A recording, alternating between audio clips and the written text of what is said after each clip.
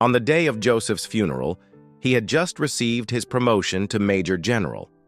At the time, he was wearing the uniform that was both brilliant and elegant.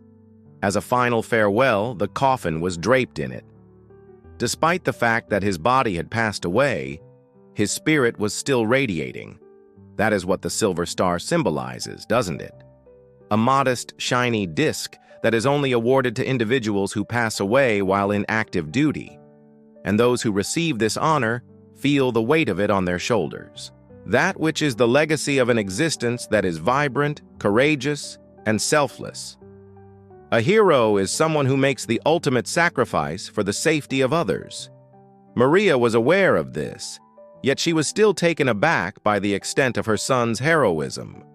She was aware of this due to the award. The ceremony was attended by numerous individuals dressed in black uniforms and bearing solemn expressions. She had difficulty locating Carlos in the crowd, but when she did, their eyes met, each seeing in the other the reflection of their shared suffering. The solemn oath that they had pledged to uphold was now their primary focus. They would safeguard and honor Joseph in every way possible. However, there was one thing that puzzled them. Maria felt a sense of confusion that mirrored the turmoil within her soul. The ceremony was beautiful, but it was devoid of the energy that had defined her son's existence. Where were the jokes? Where was the vibrant grin that might illuminate even the darkest of days? The faces around them were somber, but the recollections they carried were anything but. She recalled the day that he had proposed to her, the exact date being March. He had been grinning from ear to ear as he got down on one knee. Carlos had responded with a resounding yes. And now, years later, the sentiment was the same, albeit expressed in a different manner. Joseph's presence was still felt. In spite of the fact that he was gone, he was a part of their everyday lives. Each day was a testament to his memory, whether it was in the laughter of children or the aroma of his favorite dinner. They discussed his exploits, exchanged stories, and reminisced about the past. For them, time had stopped at the precise moment that he had entered their lives. And now they were here, bound together by their adoration for him and committed to preserving his memory. He had always known that this day may come, and he had prepared himself for it. Maria remembered him saying, "Don't cry for me, Mom. I lived my life exactly the way I wanted to. If I had to leave this earth today, I have no regrets." She chuckled softly, but her throat tightened. Who would not weep? How could one not weep when it was a piece of one's soul that had been severed? The notion that the world was indifferent to death was preposterous. The world, she realized, had not stopped revolving since Joseph had passed away. However, she was aware that he was correct. He had lived a life that was full and rich. It was abundantly evident in the manner he treated others. The memorial was over, and they were on their way to the graveyard. It was a location that held happy memories for them, and now it was becoming the location where their happiness would be buried. The irony was not lost on them. They arrived at the cemetery, parked their vehicle, and walked side by side toward the freshly dug grave. The mausoleum stood tall and serene, a monument to the departed loved one. Maria's fingers tightly clasped her husband's arm, and neither of them uttered a sound. There were no dry eyes there. Their support for one another transcended the need for words. All of them were united by a common purpose, which was to bid farewell to the Major General. But when they opened the casket, they noticed that it wasn't empty. There was a tiny slip of paper inside. They exchanged glances before reaching for the note. The message was brief and to the point. "Love you, Mom. Love you, Dad. Tell everyone I said hi for me." This was followed by a flourish, a small signature, and a doodle of a smiley face that was reminiscent of the thousands that he had sent. It brought a smile to Maria's face. She fought back tears, her heart aching with a mixture of grief and fondness. They closed the casket once more, burying the note along with their son. It was a farewell, but it was not a goodbye. Years went by.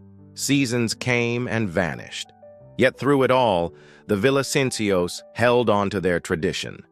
Each Friday, without fail, they visited Joseph's grave.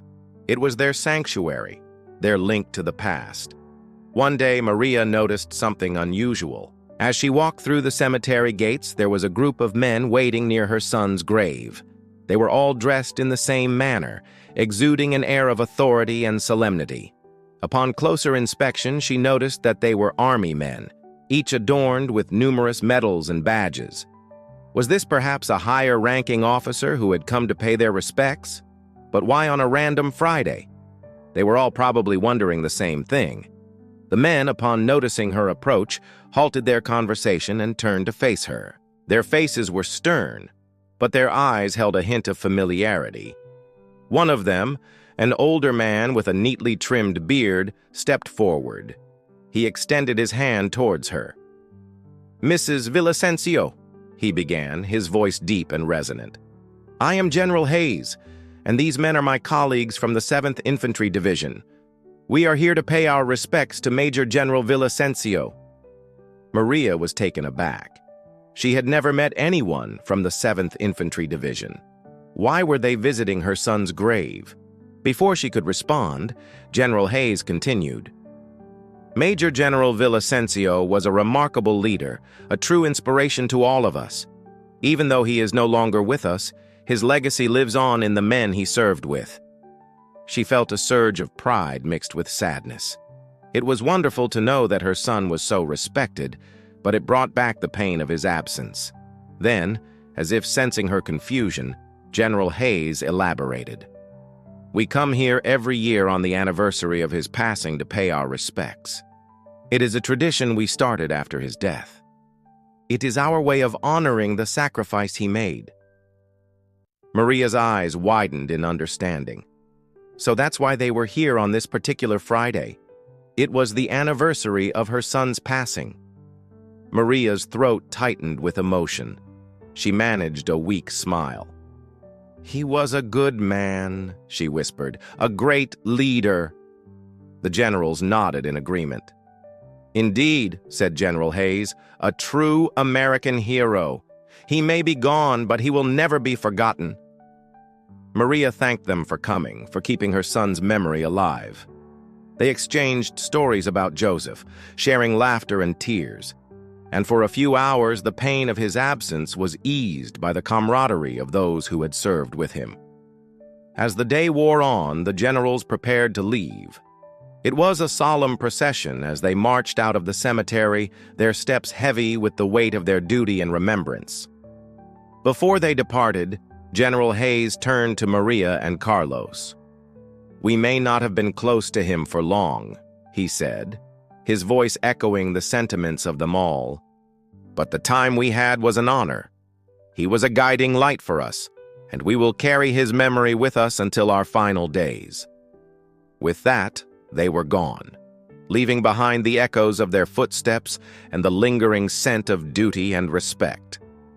Maria and Carlos watched them go, their faces etched with a mix of pride and sorrow. It was a strange feeling, seeing so many men who had been touched by their son's life. It was a testament to the impact he had made in his short time on earth.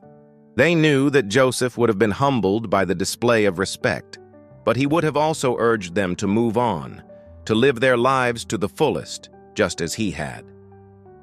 As the sun began its descent, casting long shadows across the cemetery, Maria and Carlos turned towards their son's grave. It was time to lay down their own burdens, their own grief, at his feet. They were not alone in their sorrow. They had each other, and they had the memory of a life well lived, a life of service, courage, and love. Life, like the seasons, would continue to turn, bringing with it new challenges and new joys. But through it all, Maria and Carlos knew they would be bound together by the eternal bond of family, love, and sacrifice. And somewhere in the tapestry of time, woven with threads of bravery and light, was the legacy of their son, Major General Joseph Villavicencio, a reminder that even in the darkest of nights, the stars shine brightest.